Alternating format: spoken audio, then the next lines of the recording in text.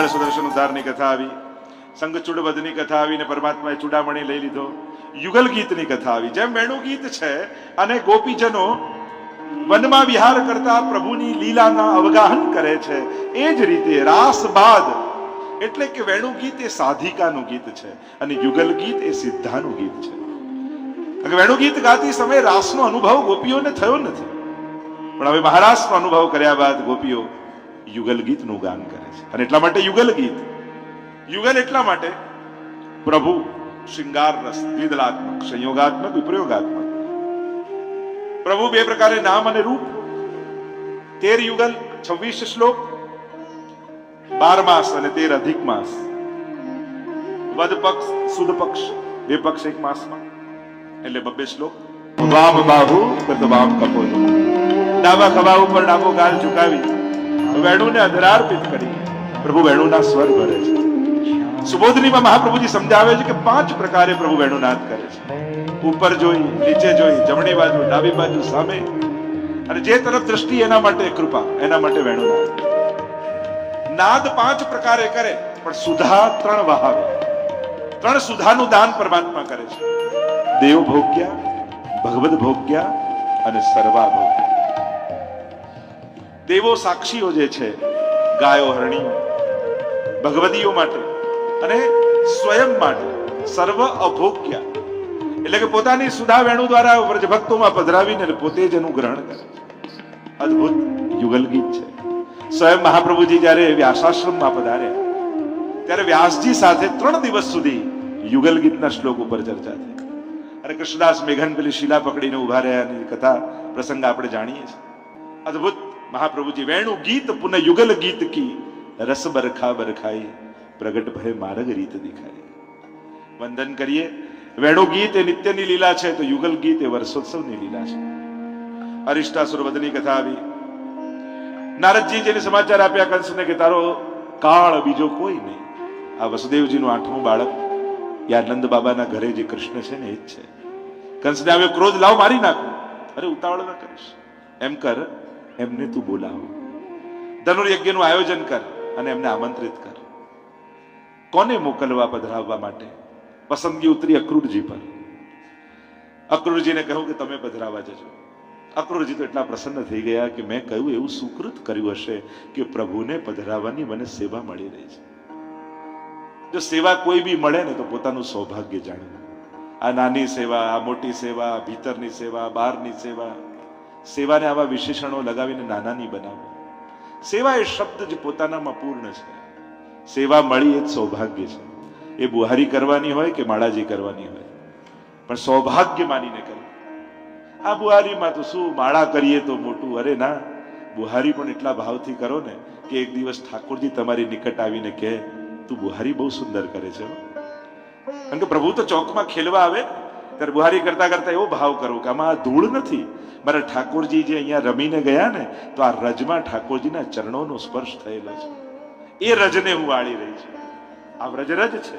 આવો ભાવ કરીને સેવા ભલે નાની હોય પણ ભાવ ઉત્તમ રાખશો ને તો ઉત્તમ ફળની પ્રાપ્તિ થશે. પણ ઉત્તમ સેવા મળી હોય પણ ભાવહીન રાખશો ને તો સેવા કર્યા પણ ફળ હાથમાંથી જતું રહેશે. સેવા જ ફલ છે. જે મળે એને ફલ માનીને કરો. આનાથી કઈ નથી મેળવવું. મેં કઈ કર્યું હશે તો આ મળ્યું છે. આપણે ત્યાં તો દરેક વસ્તુ મહાપ્રભુજી ક્યારે સાધન આપતા જ નથી, ફલ આપે છે. માળા કરીને શું મળશે, પાઠ કરીને શું મળશે, સેવા કરીને શું મળશે, આ પ્રશ્ન વૈષ્ણવનો નથી. વૈષ્ણવને તો એમ લાગે મેં ચોક્કસ કંઈક એવી સેવા કરી હશે કે ઠાકોરજી રાજી થયા હશે તો આજે હું એક માળા કરી શકું. માળા પણ કરો ને તો એને ફળરૂપ માનીને કરો. આનાથી કઈ નથી, મેં કંઈક કર્યું છે તો આ મળ્યું.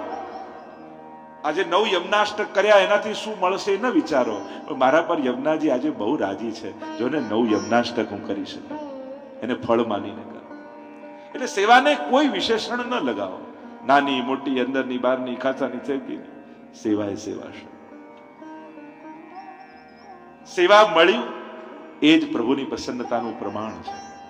અહીંયા અક્રૂરજીને થાય કે પ્રભુને પધરાવા જવાની સેવા મળી. અરે વાહ, આખી રાત ઊંઘ ના આવી.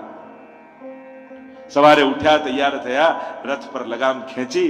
રથ તો ધીમો જાય છે પણ મનોરથ વધારે તેજ ચાલે છે. ઘણી વાર વ્રજમાં પહોંચીએ ત્યાં સુધી તો વ્રજના કેટલા કેટલા વિચારો આપણને આવી જાય. અરે વ્રજમાં જઈશું તો આમ કરીશું, વ્રજમાં જઈશું તો આમ કરીશું, આવું મનોરથ કરીશું, આવું મનોરથ કરીશું. એ તો પહોંચ્યા ન હોય એના પહેલા તો કેટલા મનમાં ભાવો જાગી જાય. મનોરથ વધારે તે જ ચાલે. અક્રૂરજી આવ્યા છે વ્રજમાં, સાયંકાલનો સમય છે, નંદ બાબાએ સ્વાગત કર્યું છે, યશોદાજી મળ્યા, પ્રભુને ગોતી રહ્યા છે પણ ક્યાંય ન દેખાયા. તો યશોદાજીને પૂછ્યું કે લાલન ક્યાં છે? અરે એ તો સાયંકાલ છે, ખીરકમાં ગાયનું દોહન કરતા હશે, જાઉં હું લાલન પાસે? ભલે આ પધારો. અક્રૂરજી આવ્યા, લાલન મળ્યા છે, લઈને આવ્યા, ભોજન કરવા બિરાજ્યા છે.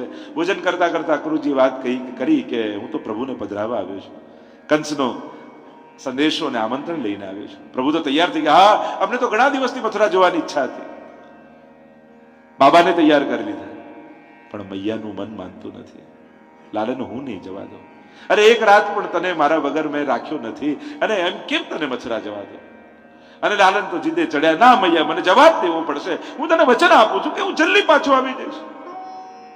લાલન, ક્યાંક હૃદયના ખૂણામાંથી એવો અવાજ આવે છે કે એક વાર તું વ્રત છોડીને જઈશ ને પછી ક્યારે પાછો નહીં આવે. અરે માં, હું તને વચન આપું છું અને મને ન જવા દે ને તો તને મારી સોગંદ છે.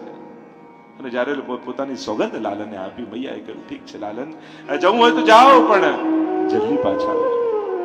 અને આ સમાચાર તો વાયુ વેગે વ્રજમાં વ્યાપી ગયા.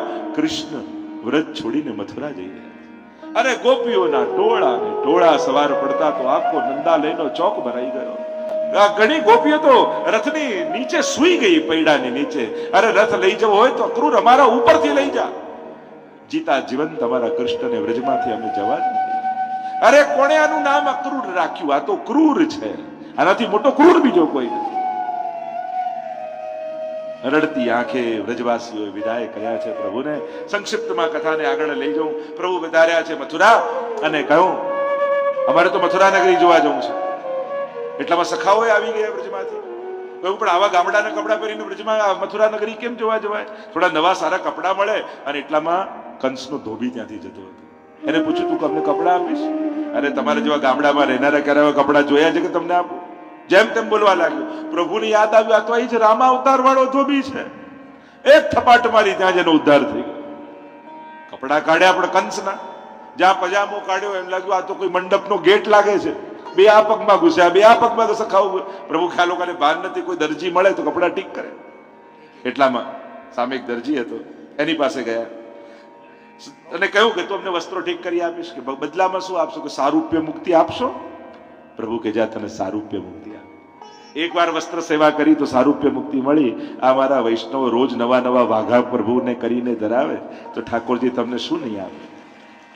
થયું કે વસ્ત્ર મળી ગયા, માળા મળે તો શીખાય. એટલામાં સુદામા નામનો માળી આવ્યો. તું અમને માળા આપીશ? બદલામાં શું આપશો? મને અનન્ય ભક્તિ આપો, સાયુજ્ય આપો. પ્રભુ કે જા તને આપ્યું. જો એક વાર ફૂલની માળા ધરાવી ઠાકોરજીને તો અનન્ય ભક્તિને સાયુજ્ય મળ્યું, સારૂપ્ય મુક્તિ મળી. તો કહ્યું નિત નવીન જે ફૂલોની માળા ઠાકોરજીને ધરાવે, ઠાકોરજી એને શું ભક્તિનું દાન નહીં કરે? ચોક્કસ કરે. કહ્યું કે માળા વસ્ત્ર બધું મળ્યું. હવે કહ્યું એટલામાં થયું કે થોડું ચંદન મળી જાય તો શ્રૃંગાર. એટલામાં ત્રિવક્રા વાંકી ચૂકી ચાલતી, બંને હાથમાં ચંદનના કટોરા લઈને આવતી દેખાઈ. પ્રભુએ પૂછ્યું સુંદરી તું અમને ચંદન આપીશ? કુબજાએ કહ્યું બોલ્યા છો એ કરી બતાવો તો આપું. હું તો ત્રિવક્રા છું, તમે સુંદરી કહીને બોલાવો. પ્રભુએ પગથી પગ દબાવી થોડી ખેંચી, સર્વાંગ સુંદરી થઈ ગઈ. ચંદન સમર્પિત કર્યું છે. અને હવે તો મથુરા નગર કી ડગર મેં ચલ્યો જાત પાયો હરિ હીરા. અને મથુરાવાસીઓ સમાચાર અને લાલન અરે કૃષ્ણ પધાર્યા. જેની લીલાઓનું અમે અવગાહન કરતા એ પ્રભુ પધાર્યા. પ્રભુ જ્યાં જ્યાંથી પધારે ત્યાં પુષ્પની વર્ષાઓ કરે છે. બીજા દિવસે ધનુર્યજ્ઞનું આયોજન થયું છે રંગ મંડપમાં. સમસ્ત મથુરાવાસીઓ ગોઠવાઈ ગયા છે. ડમ ડમ ડમ ડમ ડમ ડમ ડમ ડમ નગારાઓના નાદ વાગી રહ્યા છે. મથુરા નગરીના સમસ્ત મથુરાવાસીઓ ગોઠવાયા છે. અહીંયા કુલિયાપીડ હાથીને બહાર રાખ્યો છે. દાઉજી અને કૃષ્ણ પ્રવેશ કરે છે. જ્યાં કુલિયાપીડ હાથી મારવા આવે પ્રભુએ પકડ્યો અને ગોળ ગોળ ગોળ ગોળ કરીને ફેંક્યો અને બંને દાંત ખેંચી લીધા. લોહીથી ખરડાયેલા દાંત એક દાઉજીએ લીધો, એક કૃષ્ણ લીધા. ધનુર્યજ્ઞમાં પ્રવેશ કરે છે.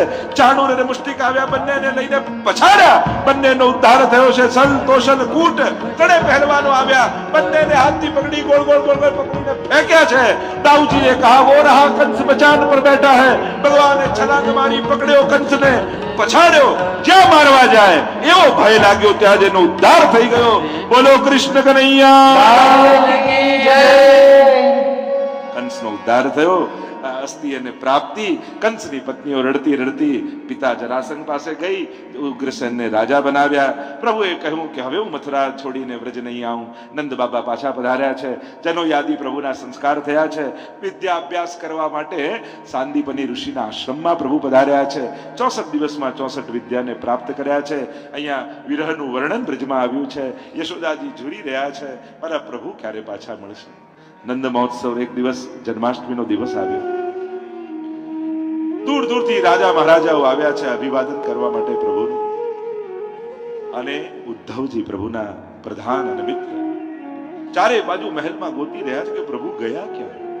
છેક છત ઉપર ગોતવા આવ્યા. ગોકુલ તરફ દ્રષ્ટિ કરીને પ્રભુ રડી રહ્યા છે.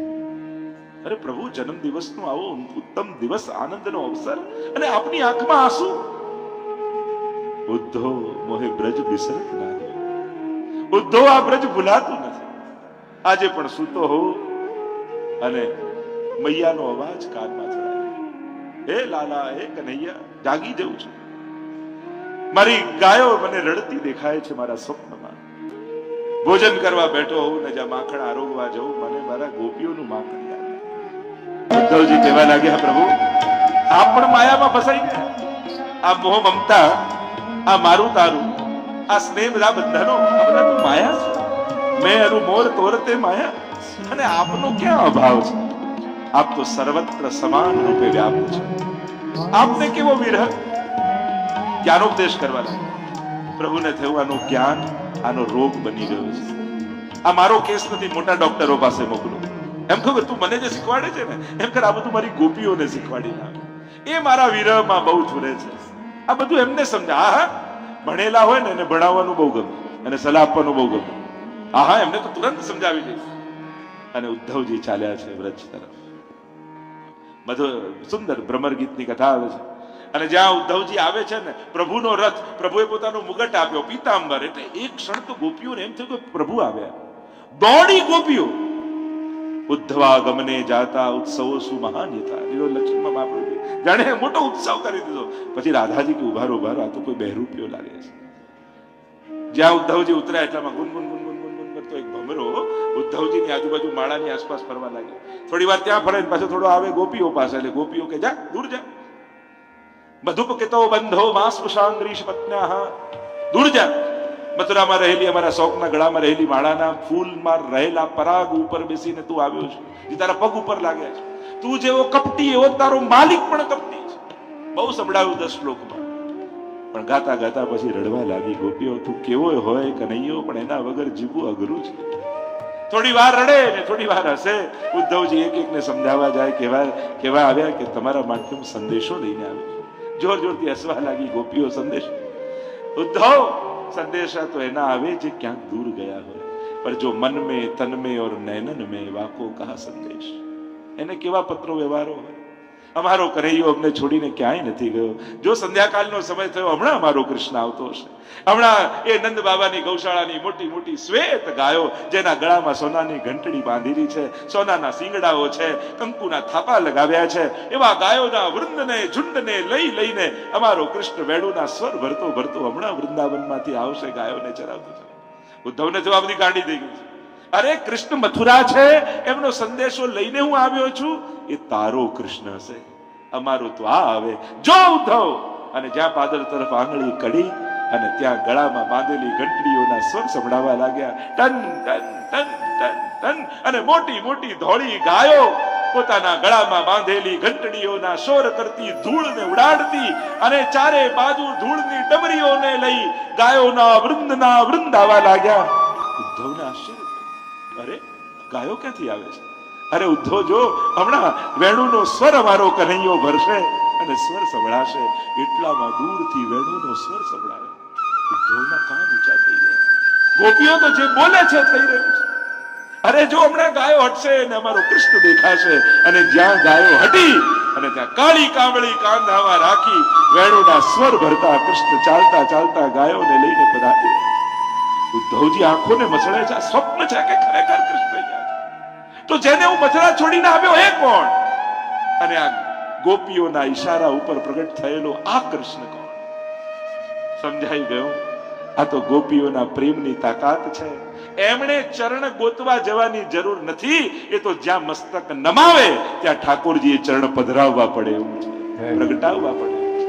બધાને મળ્યા છે, આશ્વાસન આપ્યું, પ્રેમના રંગે રંગાયા. ઉદ્ધવ રાધાજી વૃક્ષ નીચે બેઠા છે, આંખો બંધ કરી અને આવ્યા છેલ્લે રાધાને મળવાને કહ્યું, રાધા પ્રભુ જરૂરથી જલ્દી પાછા પધારશે, તું રડતી નહીં. રાધાએ કહ્યું, ઉદ્ધવ મારી આંખ સામે જો. અને સ્મિત કરતા જ્યાં ઉદ્ધવજીએ રાધાજીની આંખ સામે જોઈને બંધ આંખો ધીમે રહીને રાધાજીએ ખોલી અને બંને આંખોમાં કૃષ્ણના દર્શન ઉદ્ધવજીને થયા. અને ત્યારે થયું કે રાધા અને કૃષ્ણ જુદા નથી, બંને એક જ છે. પાછા આવ્યા. વંદે નંદવજ સ્ત્રીણામ પાદરેણુમ અભિક્ષસઃ યાસામ હરિકથોદ ગીતમ પુનાતિ ભુવનત્રયમ. ધન્ય છે આ ગોપીઓની ચરણ ધૂલી જે ત્રિલોકને પાવન કરી રહી છે. મથુરા આવ્યા અને પ્રભુ પીતાંબર ઓઢીને બિરાજ્યા છે સિંહાસનમાં. અરે પ્રભુ અહીંયા શું કરો છો? આપને પ્રેમ કરનારે તો વ્રજમાં છે, વ્રજમાં જાઓ. ઉદ્ધવ મારી સામે જો. અને જ્યાં પીતાંબર પ્રભુએ ખોલ્યું અને રૂવાડે રૂવાડે રાધાજીના દર્શન થઈ ગયા. થઈ ગયું આ રાધા અને કૃષ્ણ જુદા દેખાય છે પણ બંને તત્વતઃ એક જ છે. અદ્ભુત ચર્ચાઓ છે. આગળ અનેકવિધ લીલાઓના વર્ણન આવ્યા. અહીંયા જરાસંઘે 17 વાર ચડાઈ કરી. 18મી વાર કાળિયવન આવ્યો ને રણ છોડીને ભાગ્યા. રણ છોડ મથુરા છોડીને ભાગ્યા. ગિરનારની ગુફા તરફ પરમાત્મા મુચકુંદ મહારાજ સુતા હતા. એમને પીતાંબર ઉડાડ્યું, કાળિયવને ખેંચ્યું, આંખમાંથી અગ્નિ નીકળ્યો, બળીને ભસ્મ થયો. વિશ્વકર્માજીને કહ્યું કે જાઓ હવે સુંદર સ્વર્ણની દ્વારિકાનું નિર્માણ કરો. સ્વર્ણની દ્વારિકાનું નિર્માણ કર્યું છે. રેવતીજી સાથે દાઉજીના વિવાહની કથા આવી. હવે રૂક્ષ્મણી સાથે પ્રભુના વિવાહની કથા આવી. નક્કી થયું શિશુપાલ જોડે એકની એક દીકરી છે ભીષ્મક રાજાની, અને શિશુપાલ જોડે નક્કી તો થયું પણ સમાચાર શિશુપાલને મળ્યા કે કૃષ્ણ આવે છે. કારણ કે નારદજી ગયા રૂક્ષ્મણીજી પાસે ને કહ્યું કે ચલો શિશુપાલ જોડે તમારું નક્કી તો થયું, બહુ સારું થયું, પણ જો દ્વારિકાધીશ જોડે થયું હોત તો કંઈક જુદી જ જોડી લાગત. ચલો જે થયું સારું થયું, કંઈ 5 મિનિટ થાય પાછા કે પણ જો દ્વારિકાધીશ જોડે થયું હોત તો. આ 3-4 વાર કહ્યું રૂક્ષ્મણીજી પણ ધીરજ ખૂટી ગઈ. અરે હું પણ પ્રેમ તો દ્વારિકાધીશને જ કરું છું, તો કોને એમને કઈ રીતે કહું? તો કે પત્ર લખી. જો પ્રભુના આ વિવાહની કથા છે રૂક્ષ્મણીજી સાથે અષ્ટપટરાણીઓ, અને 9મી વાર વિવાહ કર્યા 16,000 કન્યા સાથે. એટલે પ્રભુએ સહેરા 9 વાર બાંધ્યા. આ નવધા ભક્તિના સ્વરૂપ છે. 9 વાર જે વિવાહ થયા, કારણ કે 16,000 માં એક જ મુહૂર્તમાં 16,000 સ્વરૂપ ધારણ કરીને કર્યા. એટલે સહેરા બાંધ્યા 9 વાર. આ શ્રવણ ભક્તિથી લઈ એટલે જો રૂક્ષ્મણીજી પત્ર લખશે ને તો શ્રુત્વા ગુણાન ભુવન સુંદર શૃણવતામ તે. આપના ગુણોને મેં સાંભળ્યા છે. શ્રવણ ભક્તિથી શરૂઆત. અને 16,000 કન્યાઓએ આત્મનિવેદન કર્યું. એ 9મી ભક્તિ. શ્રવણમ કીર્તનમ વિષ્ણુ સ્મરણમ પાદ સેવનમ અર્ચનમ વંદનમ દાસ્યમ સખ્યમ આત્મનિવેદનમ. આમ નવધા ભક્તિના સ્વરૂપ આ પ્રભુના 9 વારના વિવાહ છે. અને પત્ર લખ્યો કે અરે દરેક કન્યા 7 વસ્તુ જોતી હોય, કુલ, શીલ, વિત્ત, વય, આપ 7માં શ્રેષ્ઠ છો. અને પ્રભુ જો મને શિશુપાલ લઈ ગયો ને તો સિંહનો ભાગ શિયાળા લઈ જાય તો અપમાન સિંહનું જ થાય. જો મને જો શિશુપાલ લઈ ગયો તો અપમાન મારું નહીં આપનું થશે. નક્કી થયું કે જ્યારે અંબિકા પૂજન કરવા આવીશું ત્યારે આપ મારું હરણ કરજો. અને અંબિકા પૂજન કરીને રૂક્ષ્મણીજી નીચે પગથિયે ઉતરી રહ્યા છે.